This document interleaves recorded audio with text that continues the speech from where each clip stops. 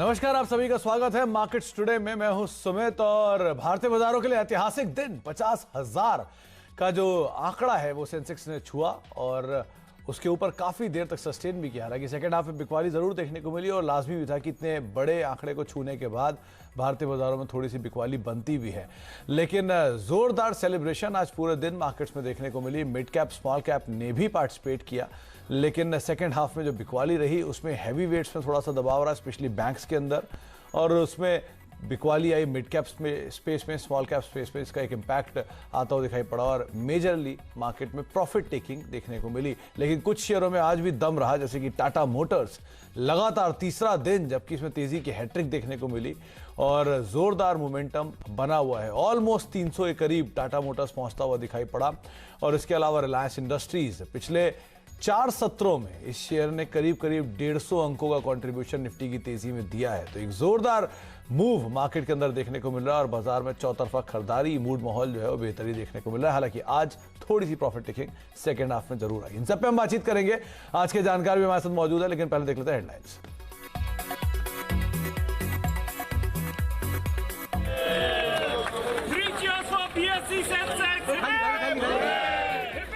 Sensex हुआ 50,000, बाजार में जश्न जोरदार।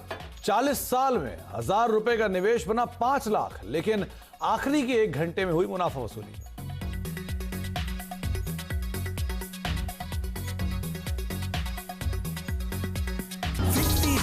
पहुंची गया, ये लाख की जर्नी शुरू हुई है, फिर भी अपने होश न खोना चाहे, पार्टी शुरू हुई है।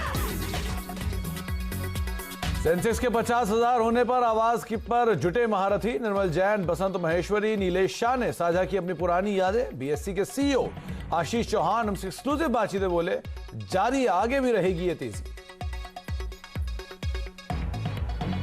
मुझे लग रहा है कि 7-8% जो ग्रोथ अगले 50 साल में होना ही चाहिए, ऐसा सोच के चलते हैं तो सेंसेक्स मुझे लग रहा है और आगे जाके प्रगति करेगा।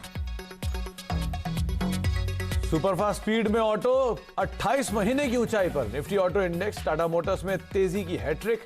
शेयर 31 महीने की ऊपरी स्तरों पर। टायर शेयरों की भी रफ्तार बढ़ी। जेके टायर आज फिर 16% दौड़ा।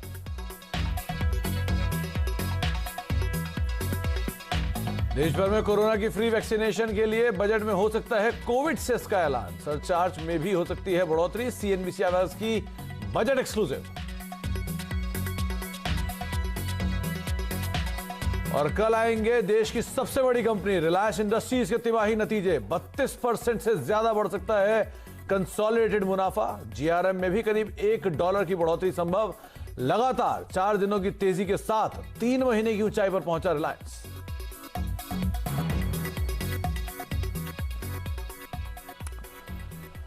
तो शुरुआत करते हैं भारतीय बाजारों के कुछ आंकड़ों के साथ। यानी कि आपको जब शुरुआती आंकड़ा दिखाई पड़ा था आज, तो पहला टिक ही 50,000 के ऊपर का सेंसेक्स में बनता हुआ दिखाई पड़ा। फिर 50,100 के ऊपर भी मार्केट ने सस्टेन किया, लेकिन सेकेंड हाफ में क्योंकि वीकली एक्सपायरी भी थी तो यह अनुमान लगा के बाजार में चला ही जा रहा था कि शायद थोड़ा सा उतार चढ़ाव देखने को मिले और बिकवाली आते हुए दिखाई पड़े।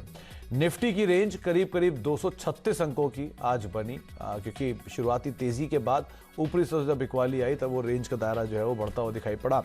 इसके अलावा सेंसेक्स की दायरा भी करीब 785 अंकों का आज रहा।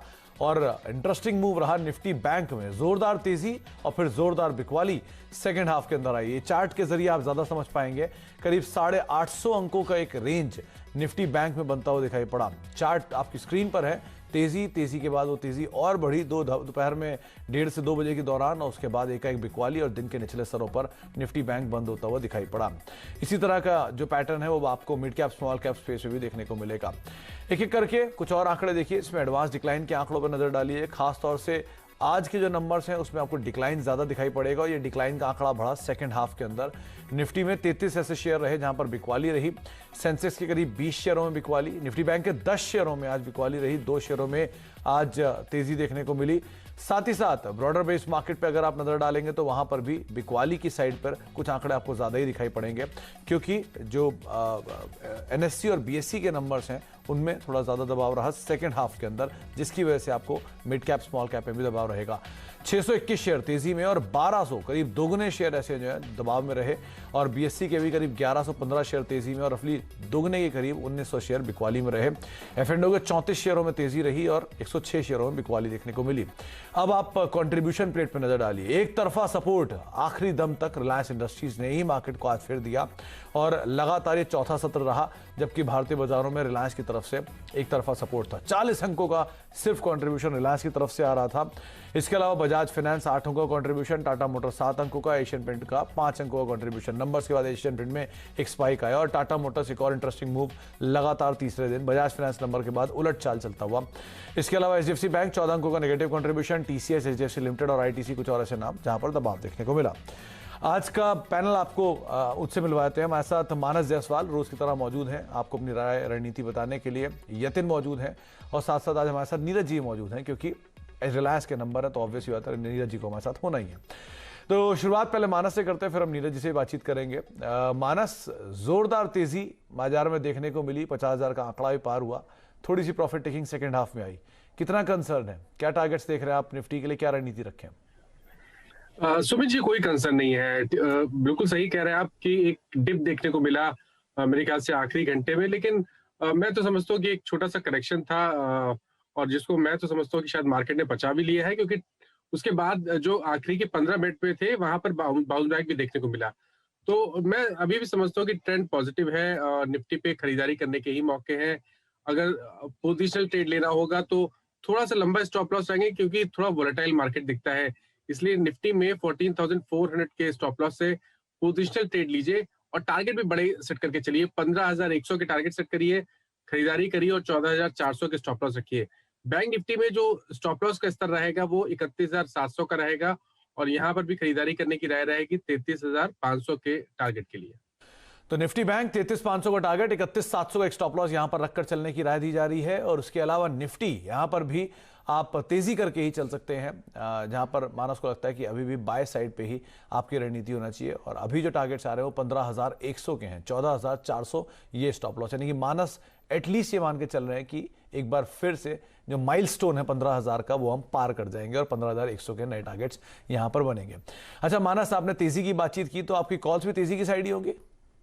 बिल्कुल तेजी की साइड पे है सुमित जी। तो पहला स्टॉक नेशनल एल्यूमिनियम का है, नैल्को का है। नैल्को में अगर आप देखिए तो कुछ अभी मेरे ख्याल से लास्ट हफ्ते ही हमने करेक्शन देखने को देखा था, लेकिन उसके बाद स्टॉक ने 20 डे मूविंग एवरेज पे सपोर्ट लिया और एक वी शेप रिकवरी देखने को मिली। आज हमें इंपॉर्टेंट रेजिस्टेंस था 47 के आसपास, स्टॉक को उसने ब्रेक किया है, बेहतर वॉल्यूम देखने को मिले हैं। तो जिस तरह के पैटर्न है उसको देख के लगता है कि जो पिछला स्विंग हाई था 50 रुपए का वो निकल जाएगा। 54 के टारगेट्स देखने को मिलेंगे तो खरीदारी करने की राय रहेगी 45.90 के स्टॉप लॉस के साथ। और दूसरा स्टॉक है वोल्टास। देखिए वोल्टास में जरूर इंटरडे सेशन में प्रॉफिट बुकिंग देखने को मिली, लेकिन आप डेली चार्ट देखिए, डेली चार्ट पे क्लियर फ्लैग पैटर्न का ब्रेकआउट है और वो फ्लैग पैटर्न का ब्रेकआउट वॉल्यूम्स के साथ देखने को मिला है। वहां पर एक गैप भी देखने को मिला है। तो मैं समझता हूँ कि ये वोल्टास में आपको कल फिर से रैली रिज्यूम होते हुए दिखेगी, तो वोल्टास में खरीदारी करें, 919 का स्टॉप लॉस रखें और 1025 के टारगेट सेट करें।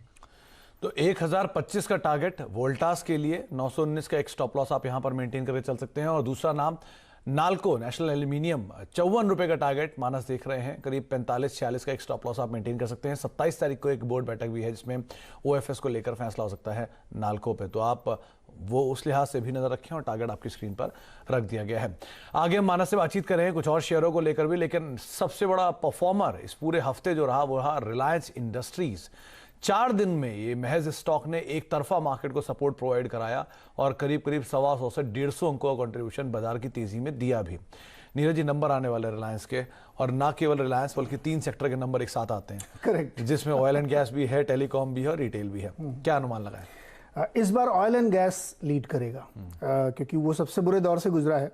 तो इस क्वार्टर में हमारा जो अनुमान है Q3 में 32% प्रॉफिट बढ़ के आएगा। जबरदस्त ग्रोथ है। बाकी बहुत सारे लोगों के अनुमान 15, 16, 18 पर, लेकिन मेरे को तो 32% की ग्रोथ आएगी और ये बहुत सिग्निफिकेंट होगा क्योंकि जो रेवेन्यूज हैं उसमें भी आप 12% की ग्रोथ देखेंगे। देखिए Q1, Q2 में वॉल्यूम भी नहीं था, एक बार हल्का शटडाउन भी था, अब वहाँ से ये पूरी रिकवरी देखने को मिली है तो इसीलिए रेवेन्यू हो गया। एबिटा लेवल पर भी 22% की ग्रोथ होगी और जो मार्जिन है वो 18.25% के आसपास आनी चाहिए, 17 से बढ़ के। अब ये क्यों आएंगे, इसके पीछे क्या लॉजिक है? इसके पीछे बड़ा लॉजिक ये है कि एक तो बहुत शानदार रिकवरी नीचे से देखने को मिली है क्रूड ऑयल में भी सुधार हुआ है।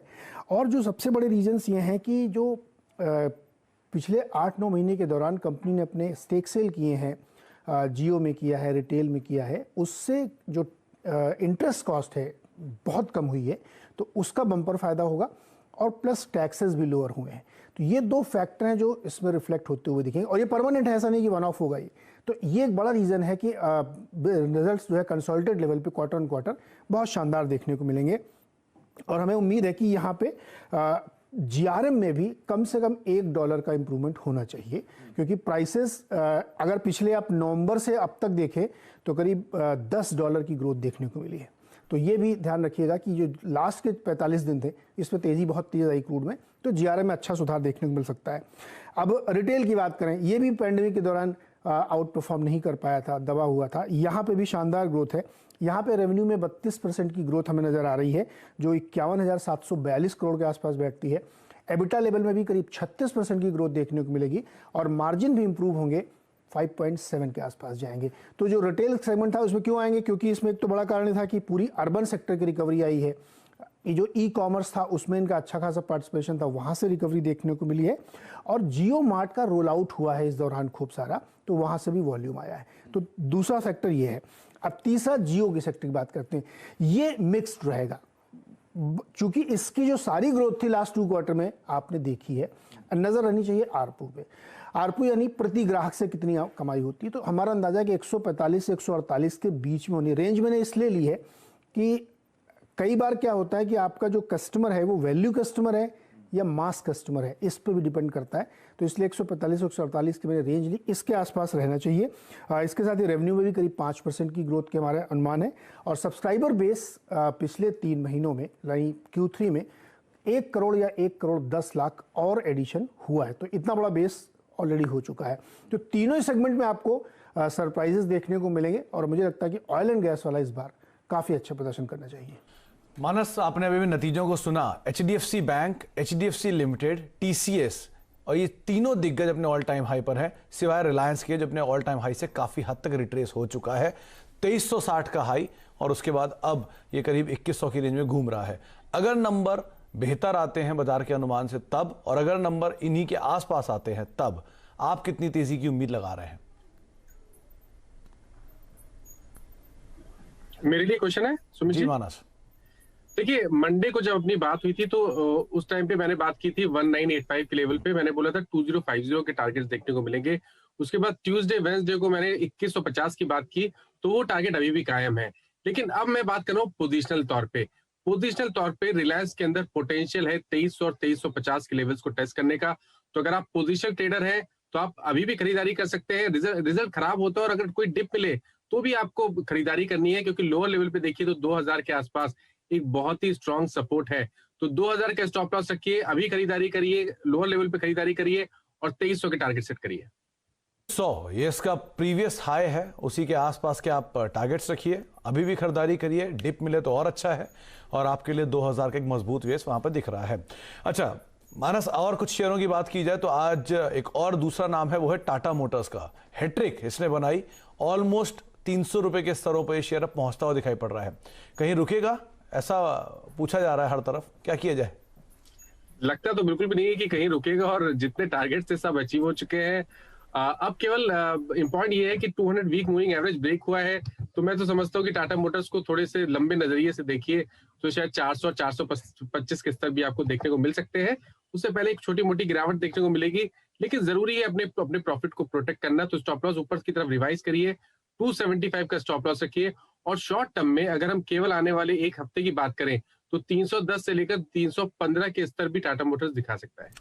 तो 310, 315 ये स्तर दिखा सकता है टाटा मोटर्स, और आपके लिए राय है कि आप यहां पर भी बने रह सकते हैं, तेजी यहां पर और भी देखने को मिल सकती है।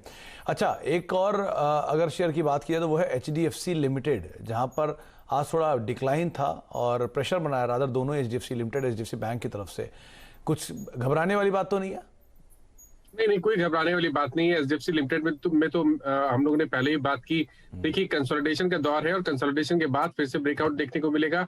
तो अपनी पोजीशन में बिल्कुल एचडीएफसी लिमिटेड में बने रहिए। 2600 रुपए के नीचे आपको स्टॉप लॉस रखने हैं, और ऊपर की तरफ अभी भी मैं समझता हूँ कि शायद 2900 2950 तक के लेवल्स देखने को मिल सकते हैं। और एचडीएफसी बैंक में भी पोजीशन बना के रखिए, देखिए यहाँ पर भी अंडरटोन बुलिश लगता है, तो पोजीशन बनाइए, होल्ड करिए और 1449 का स्टॉप लॉस रखिए। जी, तो 1449 ये आपको एक स्टॉप लॉस एचडीएफसी बैंक के लिए दिया गया है। अच्छा, बजाज फाइनेंस को और देखिए, यहां पर आज नंबर्स की बात थी, वो वीक थे, लेकिन आपने कल ये बात साफ की थी कि इसमें बहुत ज्यादा डिक्लाइन आपको दिख भी नहीं रहा है, और आज शेयर में डिक्लाइन आया भी नहीं, और इसने उलट चाल चल के उल्टा रिटर्न दे दिया 3% का तेजी की तरफ। अब क्या किया जाए? देखिए, कल भी मैंने यही बात मेंशन की थी कि अंडरटोन बुलिश है स्टॉक का, इसलिए शॉर्ट नहीं करना चाहिए और ये रैली कंटिन्यू रहेगी। और अभी भी मेरा मानना है कि ये रैली कंटिन्यू रहेगी और शायद 5350 तक के लेवल्स देखने को मिलेंगे। तो आज इंट्राडे सेशन में जो डिप देखने को मिला है उसमें आपको खरीदारी करनी है। 4975 का स्टॉप लॉस लगाइए और 5350 की टारगेट सेट करिए। जी, तो 5350 ये अब नए टारगेट्स आपको बजाज फाइनेंस के लिए दिए जा रहे हैं। अच्छा, एशियन पेंट्स के भी नंबर आए मार्केट आवर्स में, और एशियन पेंट्स में भी बहुत ज्यादा, जहां बाजार टूट रहा था वहां उसके मुकाबले उसमें कुछ हद तक सपोर्ट निचले स्तरों से एशियन पेंट्स से देखने को मिल रहा था। आप क्या राय रखते हैं, क्या किया जाए एशियन पेंट्स में? देखिए, मैं ये तो नहीं बोलूंगा कि आप खरीदारी करिए, लेकिन हाँ ये जरूर है क्योंकि हाई लेवल पे एक रेजिस्टेंस दिखता है 2800 रुपए के आसपास, लेकिन आपने ऑलरेडी लॉन्ग पोजीशन बनाई है तो निकलने का कोई रीजन नहीं दिखता है चार्ट्स पे, इसलिए पोजीशन को बना के रखिए। स्टॉप लॉस ऊपर की तरफ 2675 के सेट करिए, लगा के रखिए, और ऊपर की तरफ 2800 और 2825 की रेंज में देखिएगा। अगर वहां प्रॉफिट बुकिंग मिले तो निकलिएगा, अदरवाइज बने रहिएगा। जी, तो आपको राय दी गई है एशियन पेंट्स के संदर्भ में कि अभी आप नई खरीदारी ना करें, लेकिन अगर आपके पास है तो स्टॉप लॉस 2675 का और आप बने रह सकते हैं, ये आपके लिए ज्यादा बेहतर रणनीति होगी। थोड़ी मेटल स्पेस में आज बिकवाली थी, चाहे टाटा स्टील को देख लीजिए, कोल इंडिया को देख लीजिए, इस पूरे स्पेस में, या जेएसडब्ल्यू के नंबर्स आने वाले हैं, यहां से कोई शेयर आपको दिखता है लॉन्ग या एटलीस्ट शॉर्ट साइड पे? नहीं, मैं तो नहीं समझता कि अभी कोई ऐसी बिकवाली करने की जरूरत है। सेल में जरूर कुछ इंपॉर्टेंट सपोर्ट ब्रेक किए हैं तो शायद छोटी सी गिरावट और देखने को मिलेगी, 60 रुपए तक जा सकता है, बट लोअर लेवल पे बिल्कुल बाइंग इंटरेस्ट देखने को मिल सकता है। जिंदल स्टील मेरा अभी भी फेवरेट है, मैं समझता हूँ कि जिंदल स्टील में पोटेंशियल है 325 और 330 के लेवल्स को टेस्ट करने का शॉर्ट टर्म में। तो सुमित जी, यहाँ पर इन्वेस्टमेंट के तौर पर खरीदारी करिए, शॉर्ट टर्म के हिसाब से खरीदारी करिए और अपना स्टॉप लॉस 290 रुपए के नीचे लगा के रखिए। अच्छा, दूसरा एक नाम और है, वो है यूपीएल का, रुकने का नाम ही नहीं ले रहा ये शेयर भी। अगर आप देखेंगे तो यहाँ पर भी थोड़ी बहुत बिकवाली और उसके बाद फिर लोअर लेवल से तेजी, फिर बिकवाली, फिर लोअर लेवल से तेजी। यहाँ पे क्या किया जाए? देखिए, जब से वो 500 रुपए के लेवल्स ब्रेक हुए तब तो ये रुकने का बिल्कुल नाम नहीं ले रहा है और पैटर्न अभी भी काफी पॉजिटिव लगता है। एक हर्डल है अब अगर आप देखिए तो 600 और 615 की रेंज में, क्योंकि वहां पर जनवरी और शायद लास्ट ईयर दिसंबर में हमें वहां पर एक रेजिस्टेंस देखने को मिला था, तो हो सकता है कि वहां प्रॉफिट बुक थोड़ी सी देखने को मिले, लेकिन अगर वो लेवल्स ब्रेक होंगे तो फिर तो कोई बीच में हार्डल है नहीं, सीधे 700 और 725 के स्तर देखने को मिलेंगे। तो यूपीएल में भी बने रहे, अपनी पोजीशन बना के रखे, स्टॉप लॉस ऊपर की तरफ रिवाइज करके 565 कर ले। तो 565 ये एक स्टॉप लॉस आप कर लें और अपनी पोजीशन के अंदर बने रहें, ये आपको राय दी गई है यूपीएल के संदर्भ में। एक ब्रेक का वक्त है, लेकिन कुछ और भी शेयर्स है जिन पर हम चर्चा करेंगे, खासतौर से वो जिनके नंबर्स आए हैं और नंबर्स के बाद जहां पर तेज बिकवाली या खरीदारी देखने को मिली है। छोटा सा ब्रेक कर लौटते हैं और यतिन भी मौजूद है, उनसे भी जानेंगे डीलर्स रूम में कहां बचा है।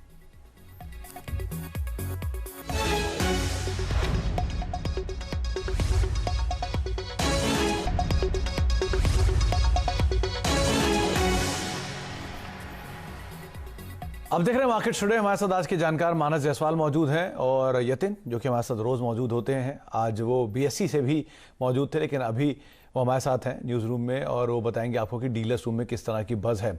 तो यतिन, बाजार ने अपना 50,000 का स्तर छुआ, आपके पास क्या अपडेट है डीलर्स रूम से? दो स्टॉक्स जो आज डीलिंग रूम्स के रेडार पे थे, उनमें सबसे पहले है कोटक महिंद्रा बैंक, जहां हमने मुनाफा वसूली देखी। इनफैक्ट काफ़ी सारे लार्ज कैप बैंकिंग शेयर्स में लास्ट के आधे घंटे में काफ़ी अच्छी सेलिंग देखने को मिली। अगर आप कोटक बैंक की बात करें तो ओपन इंटरेस्ट में यहाँ दिखाई दे रहा था कि फ्रेश शॉर्ट पोजीशंस बन रही हैं और डीलिंग रूम्स जो हैं यहाँ अपने क्लाइंट्स को बेचने की सलाह दे रहे थे वायदे बाजार में, ताकि यहाँ 30 से 40 रुपये की डाउनसाइड में इनको बुक करने का मौका मिले अपने प्रॉफिट्स। तो डाउनसाइड आ सकती है बैंकिंग शेयर्स में, ऐसा रुझान डीलिंग रूम्स के सूत्र हमको बता रहे थे। इसके अलावा एसआरएफ के नतीजे जो आए आज अनुमान के मुताबिक आए, कल कॉन्फ्रेंस कॉल होगी और डीलिंग रूम्स का मानना ये है कि क्योंकि केमिकल कंपनीज अच्छा रिजल्ट और अच्छा आउटलुक दे सकती हैं, यहाँ खरीदारी करके चलनी चाहिए और इसीलिए आज वो अपने क्लाइंट्स को एसआरएफ में खरीदारी की सलाह दे रहे थे। अगर आप देखें तो ओपन इंटरेस्ट में लगभग 11% का इजाफा हुआ एसआरएफ में और फ्रेश लॉन्ग्स यहाँ देखे गए। तो दोनों ही अगर आप केमिकल कंपनीज की बात करें, जो फ्रंटलाइन केमिकल कंपनीज हैं, यूपीएल और एसआरएफ, काफ़ी अच्छी बाइंग यहाँ देखने को मिली। और जहाँ तक कि बैंकिंग का सवाल है, वहाँ डीलिंग रूम्स बिकवाली की सलाह दे रहे हैं कोटक महिंद्रा बैंक पे। तो बैंक्स में कोटक महिंद्रा बैंक बिकवाली की बात और एसआरएफ जहां पर खरीदारी की बातचीत डीलर्स रूम में हो रही है। मानस, एसआरएफ कितना डिस्टॉर्ट हुआ चार्ट आज नंबर्स के बाद? कुछ प्रॉब्लम है इसमें अगर किसी के पास लॉन्ग है तो? बिल्कुल प्रॉब्लम है। देखिए 20 डे मूविंग एवरेज ब्रेक हुआ है, तो ध्यान रखिए लोअर टॉप लोअर बॉटम का कंफर्मेशन है। मेरे हिसाब से यहाँ पर अभी और वीकनेस देखने को मिलेगी, तो अगर आपको खरीदारी भी करनी है तो थोड़ा इंतजार करिए। अगर आपको गिरावट देखने को मिले 5400 के आसपास तो वहां खरीदारी करिए। आप ट्रेडर है तो शॉर्ट पोजीशन क्रिएट करिए 5800 के स्टॉप लॉस के साथ। तो 5800 का स्टॉप लॉस और आप शॉर्ट पोजीशन यहां पर क्रिएट कर सकते हैं, ऐसा मानस का मानना है। लेकिन खरीदारी करनी है तो आप वेट करें, किसी गिरावट में आप खरीदारी करें, वो ज़्यादा बेहतर विकल्प रहेगा। बहुत बहुत शुक्रिया मानस आपका भी, यतिन आपका भी और नीरज जी आपका भी हमारे साथ मौजूद रहने के लिए, सभी शेयरों पर, बाजार पर या अलग अलग मुद्दों पर बातचीत करने के लिए। और एक एक करके अब तक जो बातचीत हुई वो आपको बताते हैं। पहले निफ्टी बैंक को लेकर रणनीति साफ है कि आप खरीदारी करके ही चलिएगा, तेजी ही यहाँ देखने को मिल सकती है। निफ्टी के लिए टारगेट 15,100 रहेंगे, 14,400 का स्टॉप लॉस रखें। बैंक निफ्टी के लिए 33,500 का टारगेट रखें, 31,700 एक स्टॉप लॉस यहाँ पर आप मेंटेन कर सकते हैं। इसके अलावा आपको खरीदारी के लिए जो मानस ने कॉल दी है उसमें नाल्को 54 रुपए के टारगेट्स के लिए आप खरीदारी करें, 45-46 का स्टॉप लॉस मेंटेन करें। वोल्टास 1025 के टारगेट्स के लिए खरीदारी कर सकते हैं, 919 का स्टॉप लॉस मेंटेन करें। और उसके अलावा रिलायंस इंडस्ट्रीज नंबर्स से पहले या नंबर्स के बाद आप 2300 के टारगेट देख सकते हैं, 2000 का एक स्टॉप लॉस यहां पर मेंटेन करके चल सकते हैं। साथ ही साथ आपको राय दी जा रही है खरीदारी की जेएसपीएल में 325 रुपए के टारगेट्स के लिए खरीदारी करें, 290 का स्टॉप लॉस मेंटेन करें। और यूपीएल में 725 रुपए के टारगेट के लिए आप खरीदारी करें, 565 का एक स्टॉप लॉस यहां पर भी आप मेंटेन करके चल सकते हैं। इसके अलावा आपको खरीदारी की राय दी जा रही टाटा मोटर्स में 315 रुपए के टारगेट्स के लिए, एचडीएफसी 2950 तक की चाल दिखा सकता है और एचडीएफसी बैंक 1500 के आसपास की टारगेट्स यहां देखने को मिल सकते हैं, आप बने रह सकते हैं, 1449 का एक स्टॉप लॉस मेंटेन कर सकते हैं। इसी नोट के साथ अब मार्केट टुडे को ही समेटते हैं, लेकिन कल है हफ्ते का आखिरी कारोबारी सत्र और दिग्गज कंपनियों के नंबर्स भी, तो आप ध्यान से संभल कर अपनी पोजीशंस में ट्रेड रखिएगा। नमस्कार। मैं हुसैन से दमदार लाऊं मार्केट में बाहर, बस तू बाय कर ले यार, थोड़ा कर इंतजार, अब ये ना रुकेगा, बस ये चढ़ने वाला है, तू भी झोली भर ले यार, ये है सेंसेक्स का बुखार। 50,000 50,000 50,000 सेंसेक्स, न माने हार बुल पे सवार, 50,000 सेंसेक्स, 50,000 हाँ 50 पार, 50,000 सेंसेक्स, हो जाता यार बन होशियार, 50,000 सेंसेक्स।